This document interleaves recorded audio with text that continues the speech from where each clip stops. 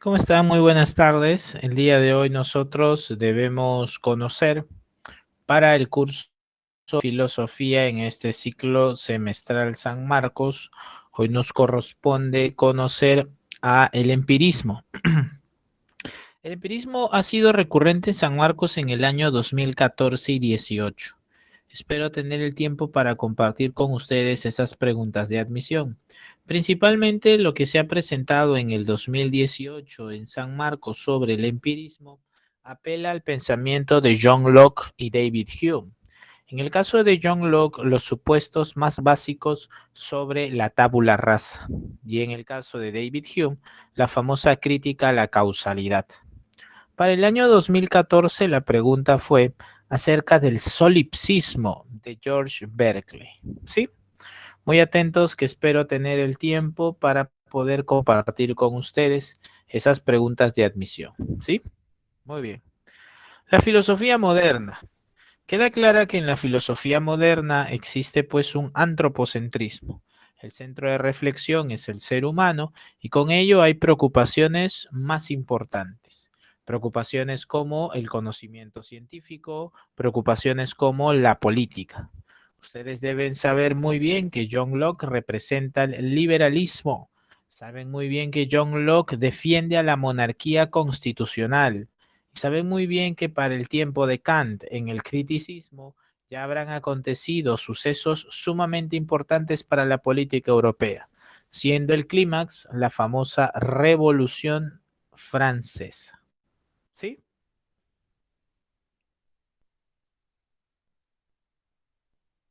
Vamos a lo medular. El empirismo se presenta como una corriente filosófica que sostiene que los conocimientos del ser humano tienen como punto de partida a los sentidos. ¿Qué significa esto, profesor? Significa que para la filosofía moderna, los sentidos son la vía principal del conocimiento. Profesor, usted dice principal, no exclusiva. Claro, es que ninguno de los filósofos te va a decir que la vía exclusiva del conocimiento es la razón o los sentidos. Descartes nos habla de ideas adventicias. No te dice que hay solo una vía o una fuente, te dice que hay una vía principal. Ah, claro, profesor. Por eso Descartes nos dice que para alcanzar certezas, él utiliza su razón. Claro, eso es correcto. Entonces, profesor, en el empirismo, la vía principal para acceder a los conocimientos permanentes es la de los sentidos, por supuesto. Profesor, en el empirismo encontramos muchos representantes. ¿Cuántos son en realidad? Pues bien, en realidad son cuatro.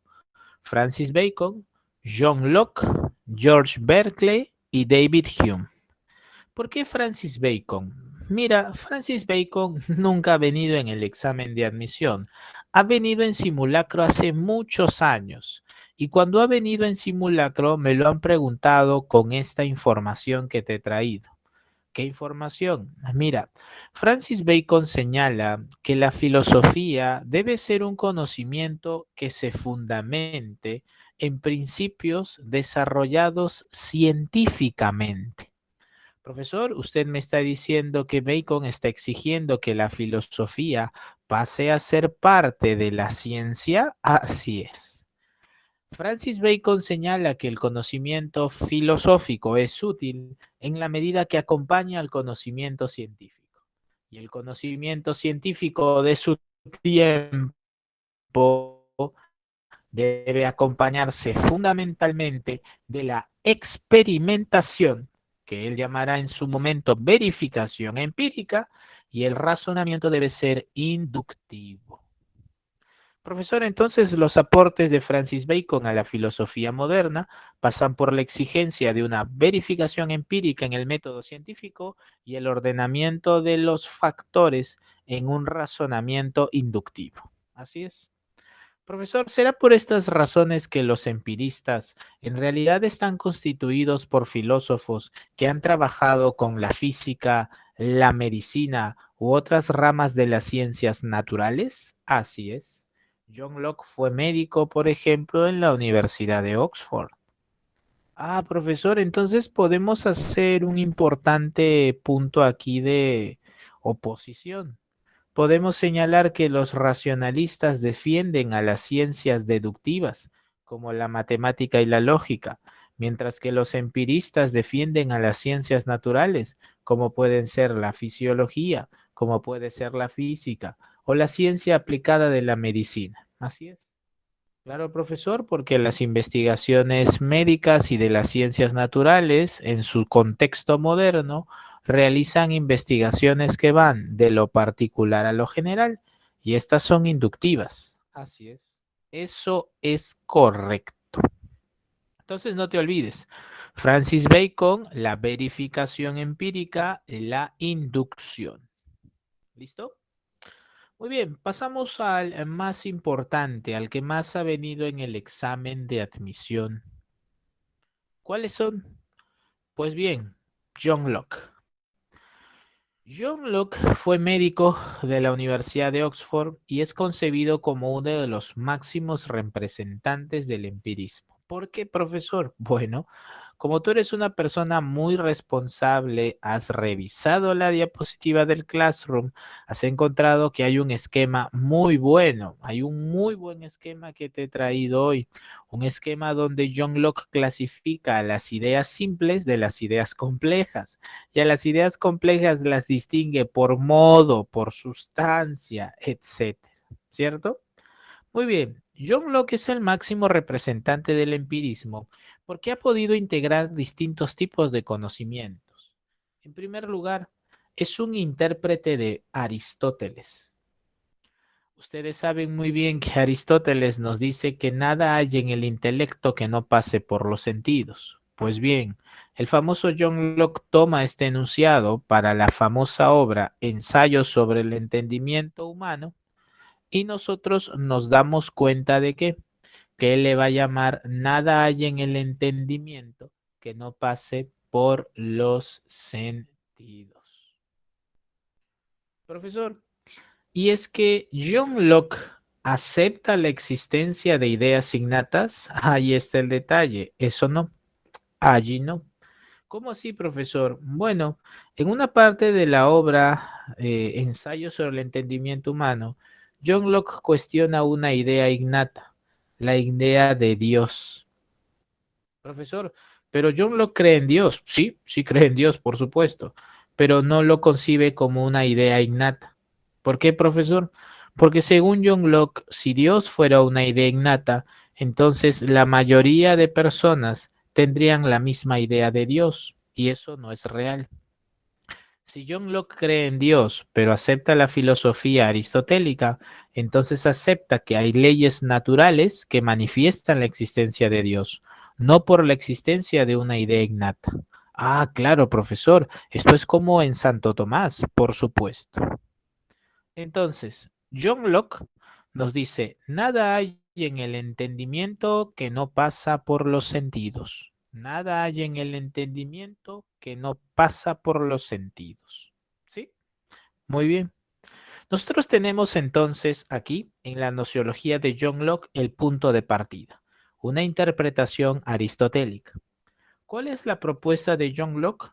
El señalar que la mente del ser humano es como una tabula rasa. Es una mente vacía, una hoja en blanco. Y en esta mente, en esta tabula rasa, se escriben nuestros conocimientos. Profesor, pero estos conocimientos provienen de la experiencia. Así es. ¿Y cuáles son sus variantes? Sus variantes son dos: la experiencia externa y la experiencia interna. En la experiencia externa, tú vas a tener a las sensaciones y en la experiencia interna vas a tener a la reflexión. Profesor, en ese sentido, podemos inferir que un entendimiento pasivo se realice en la sensación y un entendimiento activo en la reflexión, por supuesto. A partir de esta interacción, vamos a encontrar la existencia de ideas simples e ideas complejas. Las ideas simples pueden ser las sensaciones y sus combinaciones. Y aquí es donde más adelante vamos a distinguir cualidades primarias de secundarias, como el color, el olor, el tamaño, la forma, etc. Y las ideas compuestas apelarán al uso de tu memoria. Por ejemplo, si tú hoy día te comes un lomo saltado con unas carnes jugosas, unas papas crocantes, un arroz graneadito, pues bien, estarías captando información por distintas vías sensitivas, distintas ideas simples. Pero si tú en la noche recuerdas el delicioso lomo que comiste, pues bien, allí estarían las ideas compuestas. Estoy apelando a mi memoria. Así es. Así que aquí vamos a hacer un paréntesis. Un paréntesis para ir a dónde, profesor, al esquema. Vamos a este esquema. Este esquema es muy bueno, es muy interesante. En este esquema, tú puedes diferenciar a las ideas simples de las ideas complejas. Las ideas simples son aquellas ideas que pueden ser producidas por una experiencia y esta experiencia puede ser externa o interna. Profesor, usted me está señalando aquí en el esquema que las externas son la sensación y las internas desde la reflexión, por supuesto. Quiere decir, profesor, que si yo como ser humano razono, quiero, percibo o dudo, estoy en un proceso reflexivo, o sea, una experiencia interna. Así es. Profesor, en cambio, si yo noto el color amarillo, puedo captar lo caliente, puedo captar lo duro, puedo captar lo amargo, estaré en una sensación. Así es, en una experiencia externa, por supuesto. Estas experiencias externas nos van a garantizar la existencia del mundo real, de tal manera que aquí vamos a notar que las cosas tienen cualidades primarias y cualidades secundarias. En las cualidades primarias tenemos lo más elemental de las cosas, como la forma, como el movimiento y como el número. Profesor, ¿solidez y extensión? Claro que sí. Profesor, entonces usted me está hablando de las propiedades de la materia, como me lo han enseñado en física a mí. Sí, claro. Y en las cualidades secundarias tenemos ya cierta individualidad, como el color, como el olor, etcétera. Profesor, entonces ya tenemos aquí a la experiencia externa y a sus cualidades primarias y secundarias, ¿sí? Profesor, pero ¿qué hay de las ideas complejas? En las ideas complejas, tú vas a tener una combinación de ideas simples, pero con un entendimiento activo. Ah, ya, ya, lo voy captando, profesor. Es una combinación de ideas simples, pero con entendimiento activo. Así es. Entonces vas a encontrar tres clases de ideas complejas: modos, sustancias y relaciones. Los modos apelan a una combinación de ideas simples, pero donde éstas no tendrían existencia propia, como por ejemplo la belleza. La belleza no tendría existencia propia, ya que dependería de una serie de atributos. ¿Cómo que atributos, profesor?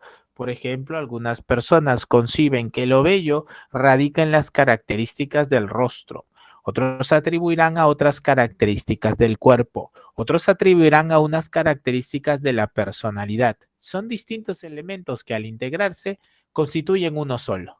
Es decir, eso solo en sí mismo no existe. Es una consecuencia de la integración de otros. Por eso se le llama la idea compleja del modo. En la idea compleja de la sustancia, allí sí tienes elementos que al ser conocidos de manera particular, existen en sí mismas, como un hombre, un árbol, una mesa, una rosa, etc. Y luego están las ideas complejas de las relaciones, donde encontramos un nexo entre muchas cosas, como por ejemplo el nexo que existe entre un padre y su hijo. Profesor, entonces en las ideas complejas puede emplear la lógica para señalar que todas las manzanas son frutas. Pues sí, claro, en la medida que las manzanas son observables y las frutas también, claro que sí. Ah, ya, ya, ya, ya, ya. Listo. Muy bien. Tenemos entonces las dos clases de ideas. Ahora, este esquema es muy bueno porque te presenta también a las ideas generales. ¿Cómo que ideas generales? Ideas que posiblemente uno considere que no las establece John Locke porque parecen ser puramente racionales, pero no es así. Recuerda que John Locke, al reinterpretar a Aristóteles, está considerando todavía la categoría de abstracción.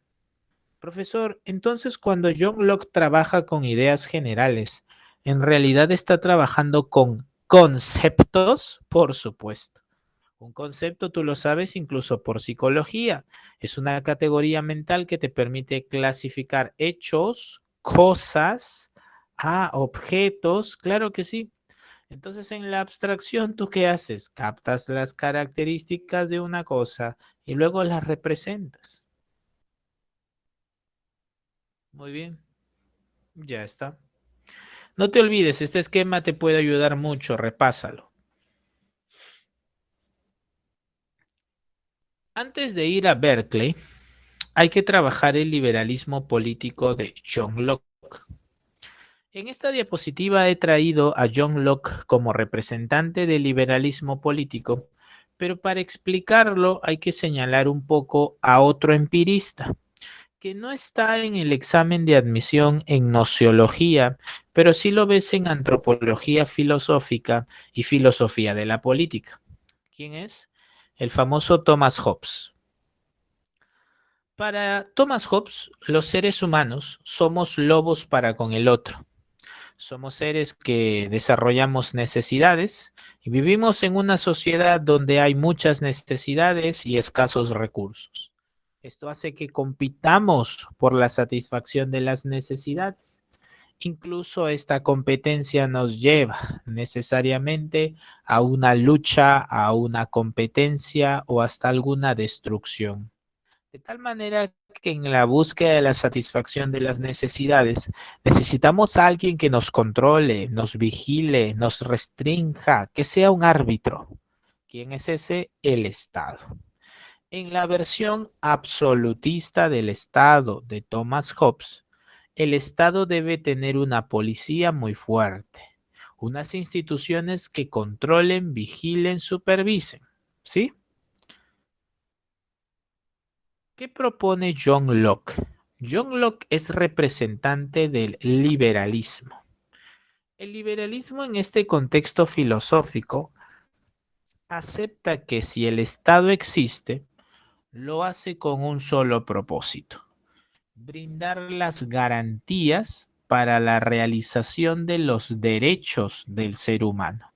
¿Qué derechos? Bueno, si bien es cierto, no estamos en la Revolución Francesa y ustedes saben que la Declaración Universal de los Derechos del Hombre y el Ciudadano ejemplifica la manifestación de libertad, igualdad y fraternidad. Esto de aquí no está aún en el tiempo de John Locke. John Locke entonces dice, el ser humano tiene una serie de facultades naturales, como el derecho a la vida, el derecho a la libertad y el derecho a la propiedad. Lo que debe hacer el Estado es brindar las condiciones necesarias para que estos se realicen.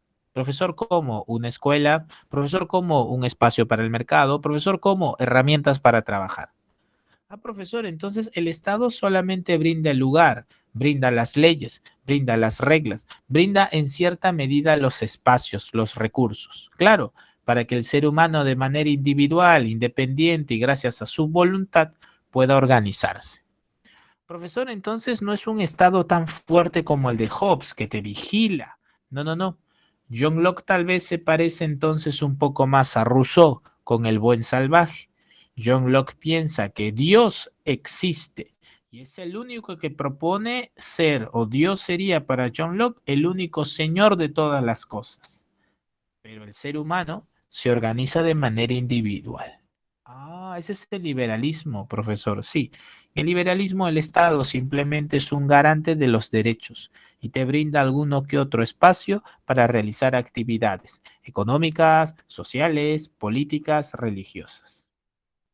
Profesor, ¿es por esas razones que el poder del rey es un poder limitado? Claro, para el famoso John Locke hay una necesidad de afianzar la famosa monarquía constitucional. ¿Listo? Muy bien. lo tenemos. Debemos continuar porque si no el tiempo nos gana. Vamos con el segundo empirista. Tenemos al famoso George Berkeley. George Berkeley señala que el ser humano es un ser capaz de conocer, pero lo que conoce plenamente no se realiza de manera colectiva, sino individual. ¿Cómo es esto, profesor? Sí, mira, todos nosotros si vamos a un aula de clases y nos traen una pizarra, todos estaríamos de acuerdo en que la pizarra existe, ¿sí? Pero conocer a la pizarra no implicaría un trabajo colectivo, sino que el pleno conocimiento sobre esa pizarra es un trabajo individual. Ah, profesor, entonces, bien, aquí viene lo bueno, lo más complicado, pero también más interesante. George Berkeley es nominalista. Es nominalista. Profesor, ¿cómo que nominalista? Ustedes han estudiado filosofía medieval. El nominalismo señala que no existen las ideas generales, ¿verdad? Que solo son términos que representan a las cosas, que lo que existe es lo particular, lo individual, ¿sí? Muy bien. En términos nociológicos, Berkeley es nominalista, ¿sí? Pero en términos teológicos es un obispo anglicano. Entonces, ¿qué ocurre? Mira, la única idea universal que existe en sí misma para él es la idea de Dios, ¿sí? Ahora, Berkeley nos dice, los universales es, con excepción de Dios, claramente con excepción de Dios, no tienen existencia independiente. Y él dice, por ejemplo, si tú quieres pensar en la idea general del triángulo, no podrías, porque forzosamente ese triángulo o bien es equilátero, o bien es isósceles, o bien es escaleno. Entonces, lo que me presenta Berkeley es algo muy interesante. Me dice, yo, George Berkeley, puedo conocer plenamente aquellas cosas que se manifiestan en mi conciencia.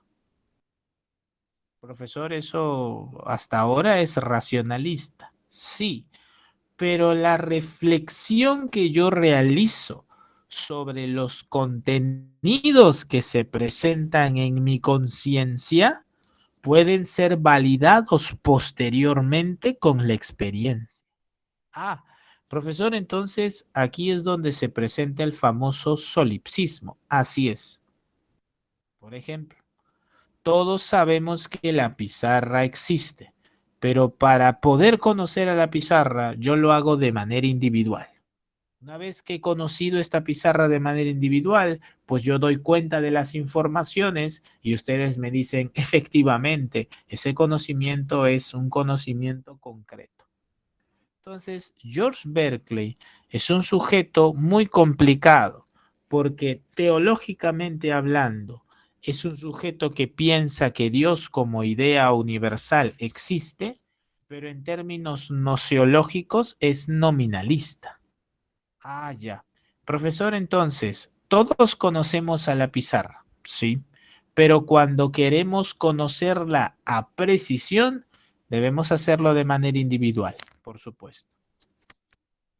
Cuando Berkeley dice cero existir es percibir o ser percibido, nos está diciendo con plena seguridad, lo único que puedo afirmar o negar es aquello que conozco muy bien y lo que conozco muy bien se manifiesta claramente en mi conciencia. Profesor, ¿y por qué este filósofo es, bueno, inmaterialista? Es inmaterialista porque piensa que la experiencia externa no puede ser superior a la interna, que todo conocimiento plenamente desarrollado es un conocimiento individual, subjetivo o personal. Lo que podemos verificar, sí, eso lo podemos hacer en lo exterior, pero el punto de partida del conocimiento sigue siendo él con su experiencia interna. Profesor, es por eso que a Berkeley lo vamos a conocer en el tercer problema de la nociología, llamada la naturaleza o esencia del conocimiento. Así es, eso es correcto. Él piensa que para conocer el sujeto es determinante. Muy bien. Dejamos a George Berkeley, solo vino una vez en el 2014 con el solipsismo. En cambio, este filósofo sí se presentó en una pregunta tipo DECO, la pregunta que tiene su nivel. Tenemos a David Hume. Hemos observado que John Locke nos da la apertura de dos experiencias, la externa y la interna. Berkeley se va al extremo y dice, solo me importa la experiencia interna. Soy nominalista, pero la única idea con esencia universal que existe es la idea de Dios, que claramente se manifiesta al interior y al exterior. Lo demás debe pasar por mi conciencia. ¿Sí? Pero David Hume es un filósofo que va a llevar al extremo a la experiencia externa. Este filósofo será concebido como un filósofo sensualista. Él considera que solo son válidos los contenidos que provienen desde los sentidos. ¿Qué hace David Hume? Él me presenta una propuesta donde todo conocimiento se inicia con experiencias intensas. Él incluso las describe como súbitas o violentas. A esto se le va a llamar impresiones.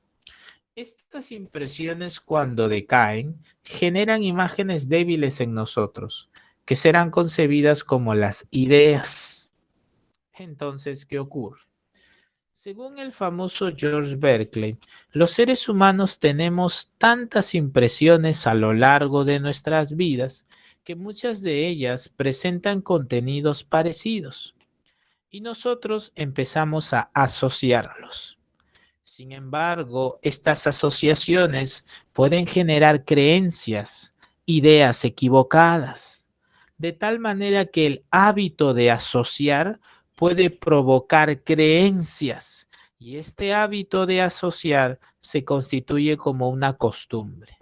Profesor, entonces la costumbre en George Berkeley es un hábito donde el ser humano asocia una serie de elementos por características comunes. Sí, y aquí viene el más grave error, que los seres humanos pensamos que porque dos eventos están acompañados, uno necesariamente debe ser causa del otro.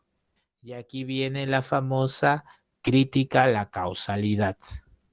Si yo, por ejemplo, consumo una papa frita hoy por primera vez y noto su sabor y me gusta, pues yo cometería un grave error al pensar que si como una papa al día siguiente, tendrá exactamente el mismo sabor que la primera.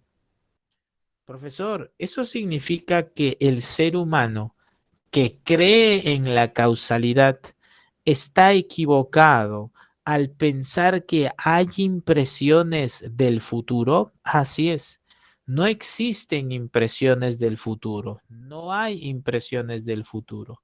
Lo que hace el ser humano es asociar eventos que presentan características comunes, habituarse a esa asociación y equivocadamente pensar que porque dos eventos ocurren acompañados, uno sea la causa del otro. Por ejemplo, decía David Hume, si practicamos el juego de billar, sabemos que siempre la bola de color blanco golpeará a las demás, ¿cierto? Muy bien, pero ¿acaso no hay errores en el billar?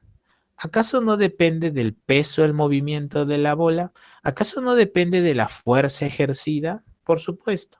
Entonces no hay una causalidad aquí tampoco. Lo que hay es una serie de conductas recurrentes, donde pensamos equivocadamente que la presencia de una necesariamente va a acompañar la presencia de otra.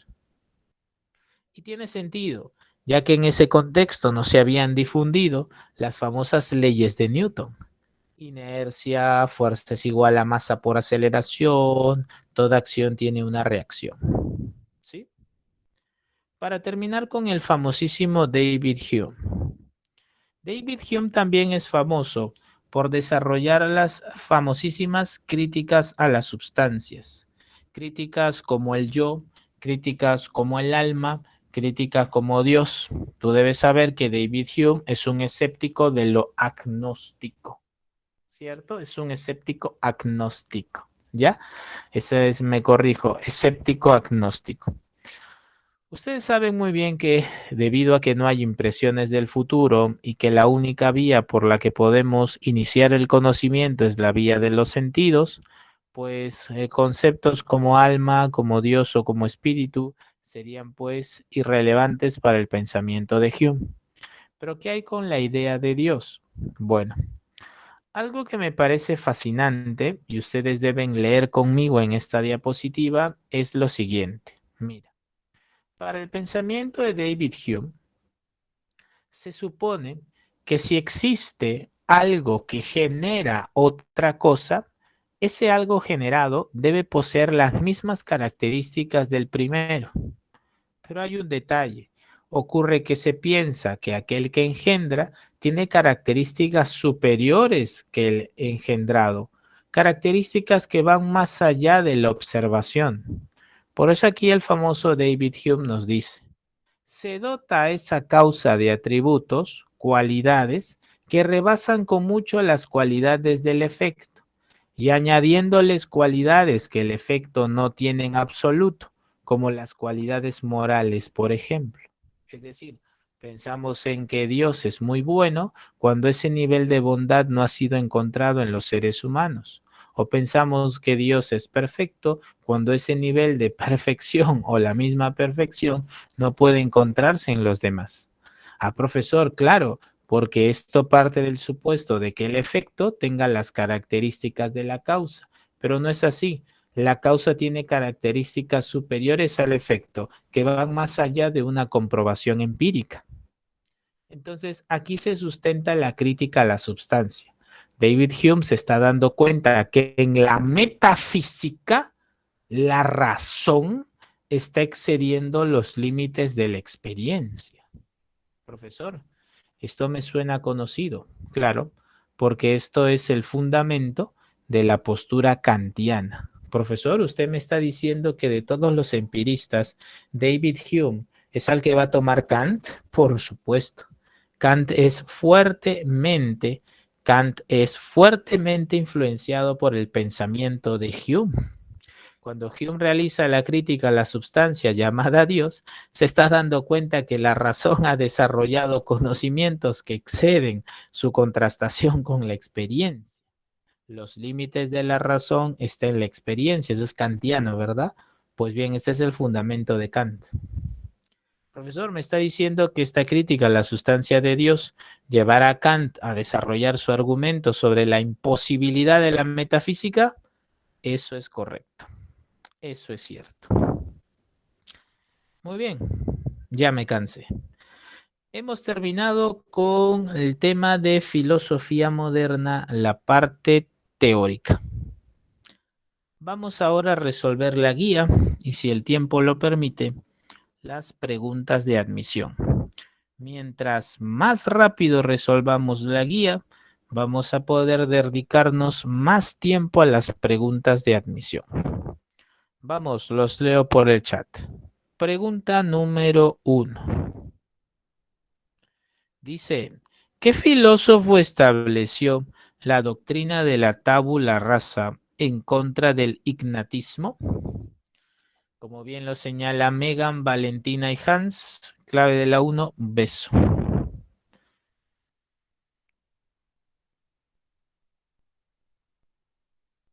Pregunta número 2. Filósofo inmaterialista declaró que las cosas existen en la medida que sean percibidas. Clave de la 2, Berkeley. ¿Sí? Pregunta número 3. La posición de David Hume puede ser determinada como, bueno, él es un empirista, es sensualista, Y como sabemos, tiene una crítica a la causalidad y a la metafísica. Entonces, la única posible aquí es dedo. 3, dedo. Escéptico. Pregunta número 4. Filósofo moderno. Criticó y cuestionó el concepto de causalidad, caracterizándolo como un escéptico. Ese es Hume, pues. 4, beso.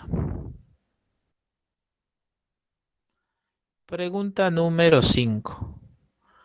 Un ciego de nacimiento no tiene idea alguna de lo que es un color. Esto sería una tesis eminentemente, y aquí estamos de acuerdo, ¿verdad? En que la clave, pues, así es empirista. 5, beso. Perfecto. Pregunta número 6. Para Hume, la relación causa-efecto es fruto de la... Y en la número 6 tendríamos como clave dedo, costumbre. Clave de la 6, dedo, costumbre. Pregunta número 7. Si Pedro considera que el conocimiento únicamente procede de inducciones a partir de datos que provienen de la experiencia, de modo semejante a la investigación en ciencia natural, entonces compatibiliza con las propuestas del... La clave aquí sería el empirismo. Clave de las 7, dedo. Muy bien. Pregunta número 8. Corriente filosófica que argumenta que la fuente del conocimiento es la experiencia. Otra vez empirismo. 8, beso. Pregunta número 9. Con relación al planteamiento filosófico de Hume, determine, dice, la verdad o falsedad de los siguientes enunciados. Número 1. Sostuvo que las ideas son imágenes debilitadas de las impresiones. Pues eso es correcto. La primera es verdadera. La segunda. Consideró que las ideas de causa y sustancia son absurdas. Verdadero. La número 3. En el orden temporal, primero son las ideas y luego son las impresiones. Ah, no, eso es falso. Y aquí viene la 4. La 4 requiere de una explicación. Tú sabes que yo hago las preguntas lentamente porque hay algunos detalles que precisar. Mira, David Hume fue un filósofo escéptico y agnóstico.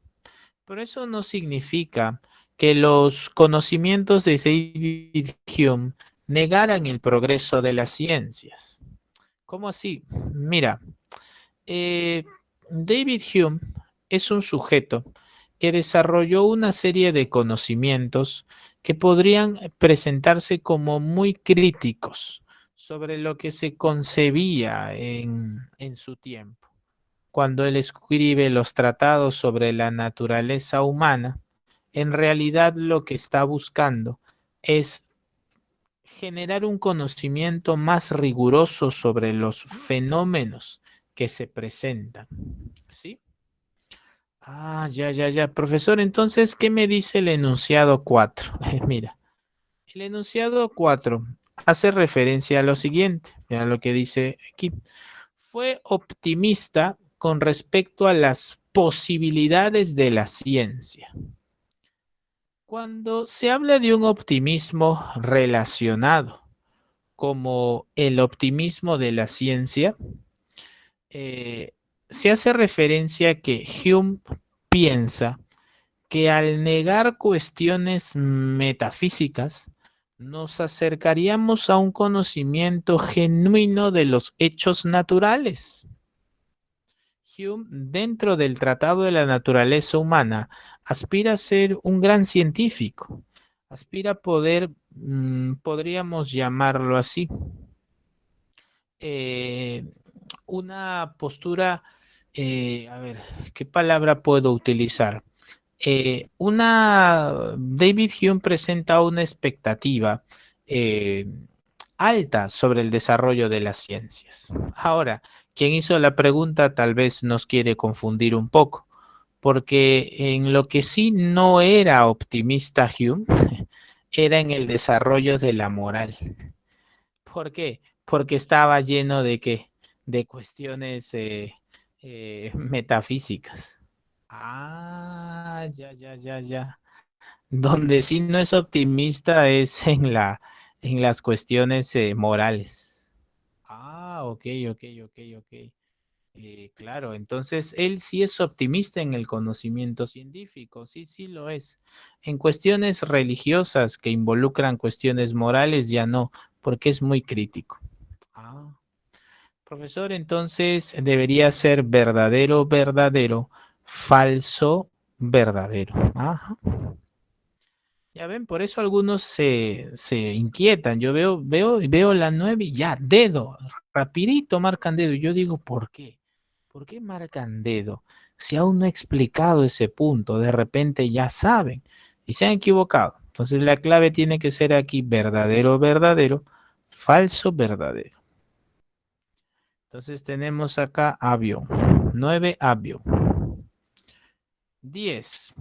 En el empirismo, los máximos representantes como Hume y Locke afirmaron que, ¿cuál sería la clave aquí?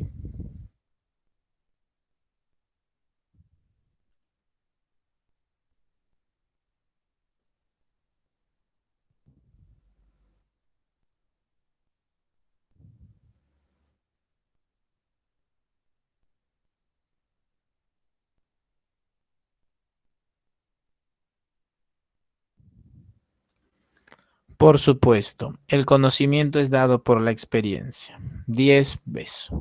Muy bien, listo. Lo tenemos. Clave de la 10 beso. Por favor, confírmenme si estamos listos para las preguntas de admisión. Muy bien. 2 minutos por pregunta, por favor, para poder hacer un número bueno de preguntas, ¿sí? 2 minutos nada más por preguntas. Respetemos los 2 minutos, por favor, para no obstaculizar la lectura de nuestros compañeros, ¿sí? Muy bien. Son exactamente las 2:40 y prácticamente y 49. 2:51, leo tu clave. Vamos.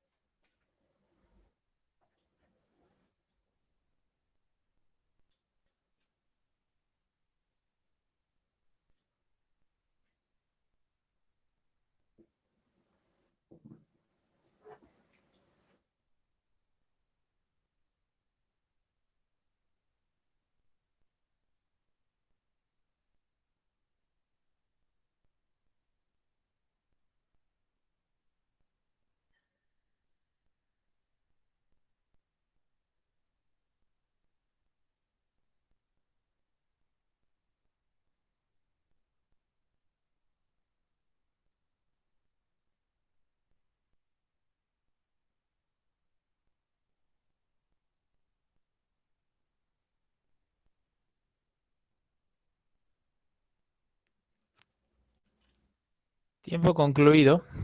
Por favor. Tenemos la pregunta del 2018-2. Nos dice, en ensayo sobre el entendimiento humano, John Locke afirmó que la mente es una tabula rasa, por lo cual podemos concluir que... Y tenemos efectivamente que la clave es enano. Eso es correcto.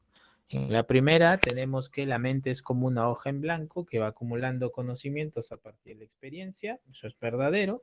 En la número dos, la razón dice a partir de ideas innatas, moldea las experiencias de la mente, ¿no?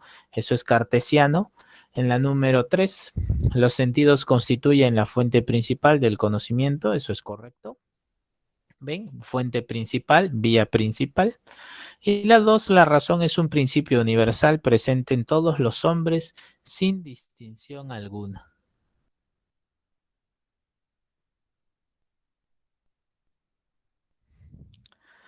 Muy bien, clave enano. Son 2:52, 2:54. Leemos la clave. Vamos.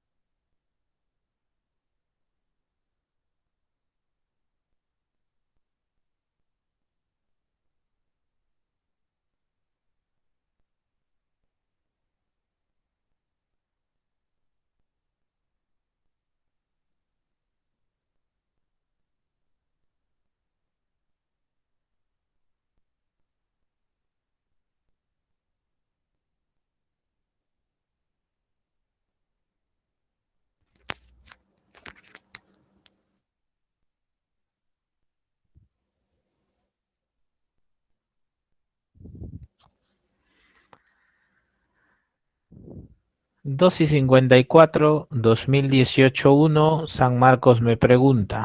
Uno de los aspectos más conocidos de la nociología de David Hume consistió en una crítica al concepto de inducción y su justificación epistémica. De acuerdo con ese enfoque, una de las conclusiones a la que llega es que, ¿cuál sería la clave de esta pregunta? Así es, eso es correcto, Ñol. Muy bien, Katy. Muy bien, Hans. Muy bien, Diego. Sería beso. La creencia en la causalidad solo es resultado de la costumbre. Por supuesto, eso lo hemos visto en clase, ¿verdad? Hicimos un ejemplo con la papa frita y luego un ejemplo con el juego del billar. Muy bien. Listo, son exactamente las 2:55. 2:57. Leo tu clave sobre la siguiente pregunta.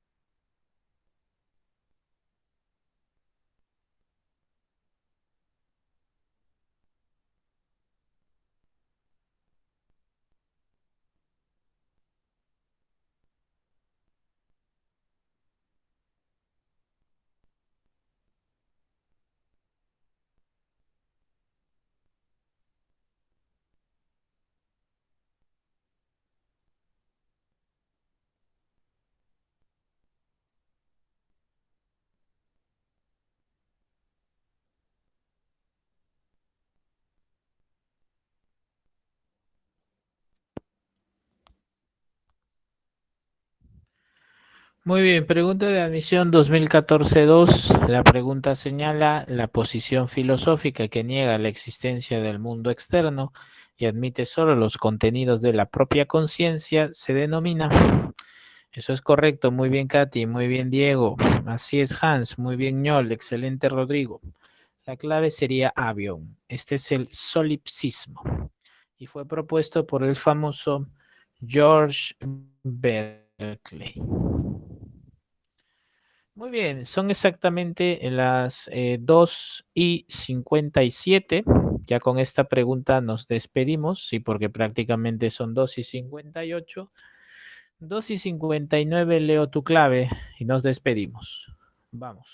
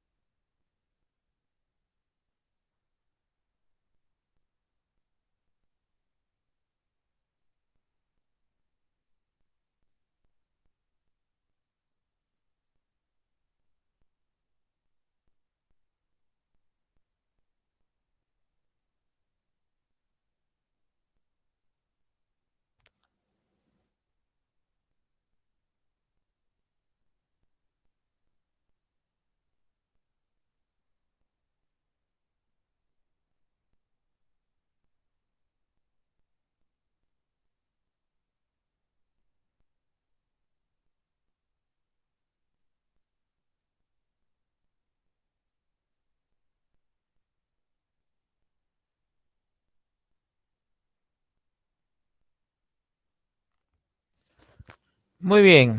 ¿Cuál sería la clave de esta pregunta de admisión? 2008. ¿Cuál de las siguientes proposiciones contienen tesis empiristas? Y sabemos muy bien que sería la número uno, esto es aristotélico, de Santo Tomás y reafirmado por John Locke. Luego la número 3, ya que estaría la idea de la tabula rasa. Luego la número 4, que son razonamientos que van de lo particular a lo general. Muy bien, la clave es beso. Beso. Cuídense mucho, que les vaya muy bonito, que tengan una linda semana, cuiden mucho su salud y la de su familia. Nos vemos.